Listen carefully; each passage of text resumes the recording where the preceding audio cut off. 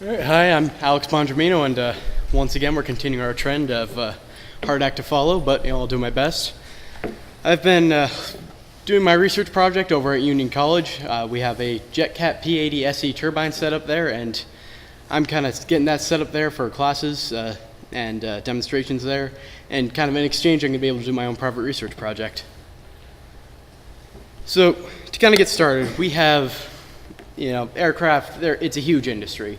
Everyone's heard about the issue we have with pollution, but that's mainly focusing on cars. Everyone's worried about mileage, the emissions of the thing they're driving. But airplanes, the aircraft industry is huge. They're using hundreds of gallons on every flight, and it's going right into the atmosphere. And you can see we have all kinds of different pollutants to worry about, from carbon dioxide, carbon monoxide, NOx emissions. That's a big thing that I'm going to be focusing on. Oxides of nitrogen. That leads to all kinds of stuff from acid rain to even NO gas, which is very nasty. I came across a bottle of that at Union. It's an acid that will form in your lungs when you breathe it. So, we kind of want to reduce this in our atmosphere. So, in general, we're in the transition phase right now between fossil fuels and more renewable fuels. So, the issue that's associated with that is that all the equipment we have right now, every engine, every jet turbine we have, is designed to run on fossil fuels. So when we start switching to biofuels, we run into issues with the seals, the software that runs the engine. They're just not made to run on that. So right now, the standard thing to do is to mix your biofuel with your jet fuel at roughly 50%. That way your seals will expand enough to seal effectively, and you won't run into so many issues with the fuel freezing at high altitude flight. So, previous research on biofuels, it's kind of all over the board. Now, a lot of it says that you're going to have a little less energy out of your fuel, but you're going to get a reduction in emissions. But there's always a couple of tests that are going to show something else. So it'll be interesting to see what I get and how that compares to what they've gotten. So, as I mentioned before, that's the blend ratio that I'm going to be using. Jet A, which I've listed here, that's jet fuel. It's essentially kerosene, but it's mixed with a couple of other oils and additives just to keep it flowing, performing well at high altitude, which, like I said, is low pressure and low temperature. So I came across this project. I contacted Professor Bruno over there. He is head of the mechanical engineering department. And I was looking to do something with internal combustion engines at that point, preferably a car engine. And a student there who had been doing something with jet engines, Ralph Cueva, he kind of ran out of time with his project, and thus the baton was passed to me, and I ended up working on something a lot cooler. So they're looking to get that engine set up for the demonstration of the Brayton cycle. I don't know if any of you are familiar with thermodynamics. I'm not really going to get into that too much. But that's for the thermodynamics 2 courses, and for, of course, private research for students and professors there. So as a brief overview, here is a cutaway of a typical jet turbine.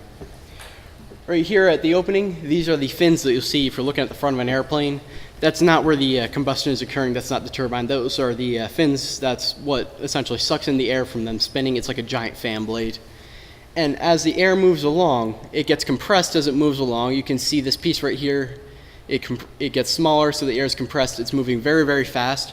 And as it gets compressed, it gets extremely hot. And by this point, the air is hot enough to have sufficient activation energy for the fuel to combust. So the fuel is just added here. There's no spark plug like you'd have in a typical engine. It expands as gases are formed, and that's what drives the turbine here. The exhaust exits. That's not really what pushes your airplane forward. It's the spinning of the turbine here. This is all a single shaft, so that continues your cycle. So what I'm using is the JetCat P80 SE turbine, and that's from a company called JetCat. It's based in Germany. They make small turbines for those crazy model airplanes that you see. They're very high cost, but it's a real functioning jet engine, so it makes it perfect for my test. And here's a picture of a similar load cell to what I'm going to be using. That's just going to measure the compressive force of the engine running, and I can convert that to a thrust reading to find out the difference between the thrust of the engine that I'm running on biofuel to what it would run on kerosene, which is, like I said, essentially jet fuel. Now, here are a couple of examples of biofuel that I could be using. I'm running into an issue right now, and a lot of people are, because the providers of biofuel are either making thousands of gallons and are hoping to sell it to a big airline company, which, there's not much I could do with a little engine like that. It provides, I think it uses about a liter of fuel an hour, so there's not much I could do with that. Or they're small companies that are making just a small amount of fuel for their own tests. I actually talked to Mr. Collins over here in the tech department, and he knows someone at another district who might be able to get me some stuff to work with. Here are some examples of other renewable fuels that people have used in previous tests. You have ethanol, biodiesel, which is a vague term. It's essentially any combustible oil that can be ignited by compression. Rapeseed oil, otherwise known as canola oil, algae biofuels, which I know another student is doing his project on, and in one test I actually found someone that used hog fat. So here's the enclosure that I assembled and the engine inside of it. This picture was taken a few weeks ago, so it's before I've done some more work since then. But you can see I have the aluminum enclosure and a plexiglass window on the top and front window, so you can see the engine running, but you're not really in mortal danger. And the ends here and here, they're open so the air can enter and exit without much harm. But here's some more pictures of what I've done. You have the front and the back view, and you can see I still have some more work to do to have everything lined up, make it pretty, because it's at a university and it's got to look nice. Here's the video of the first startup. Could have some assistance here.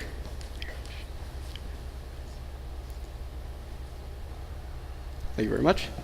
So this was the first startup of the engine. You can see at this point a motor is spinning it up to speed, and pretty soon it'll add fuel to it. You'll see a little bit of flame coming out of the back of the engine here.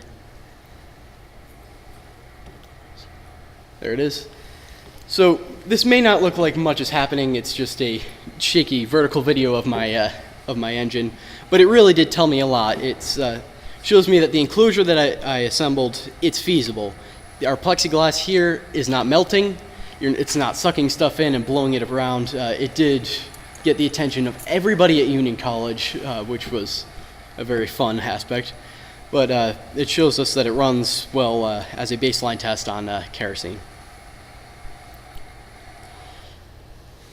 So right now I have to complete the exhaust ducting, which if I go back here, that's a piece that's going to go along here and here, and just carry the exhaust out. I'm going to have a few instruments to test my emissions and the temperature. I'm going to be using a exhaust gas analyzer, which is designed for use in the automobile industry. It's something your mechanic would put in the tailpipe of your car just to make sure, it's typically for emissions testing of your vehicle.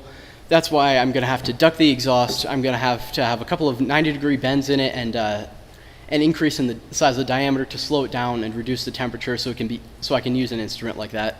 That measures carbon and nitrogen emissions, which are two of the big problems that I've mentioned earlier.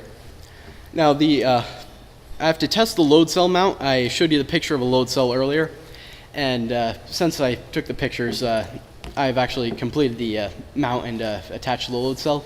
So now I have to run a baseline test with the load cell just to make sure everything's functioning properly, get an initial thrust rating with just running on regular jet fuel. After that, I'm going to have everything together. I'm going to get the baseline emission and thrust ratings, plot them next to each other, and just that'll be my control. After that, I'm going to hopefully have my biofuel. Going to be able to mix that 50% with kerosene. I'm going to run the test again and compare it to the previous research. Now, as I said, right here is another test. That's the biggest one that I've been following. They have the most similar test to what I did. That's the test that used a similar size engine. It wasn't a jet cat, but it had a similar thrust rating, and they tested a lot of fuels, and that's one where you get the most common result, which was a decrease in power and fuel efficiency, but also a decrease in emissions. I want to see how my engine will compare to those, and then I also want to compare it to how bigger engines will perform on these biofuels, and to see if tests done on the small scale like this are applicable to larger scale engines. Now, there's not a high amount of tests, a lot of information on these because it's extremely hard to measure the emissions of an engine such as this at high altitude flight, because these bigger engines are a lot more susceptible. You're going to see a lot more change in how they run at a 1 atmosphere right here versus a fraction of an atmosphere at 20,000 feet of flight, and how they perform and what they emit. So there's going to be a lot more research going on with both small scale and large scale testing, and it'll be interesting to see my contribution. So I want to thank Dr. Bruno, my research advisor over at Union College, Mr. Judd, who has given me a lot of help with my project, Ralph Cueva, the person who gave me the project and has given me quite a bit of guidance, and Mr. Collins, who's helping me find my biofuel. Here are my references. Okay, thank you.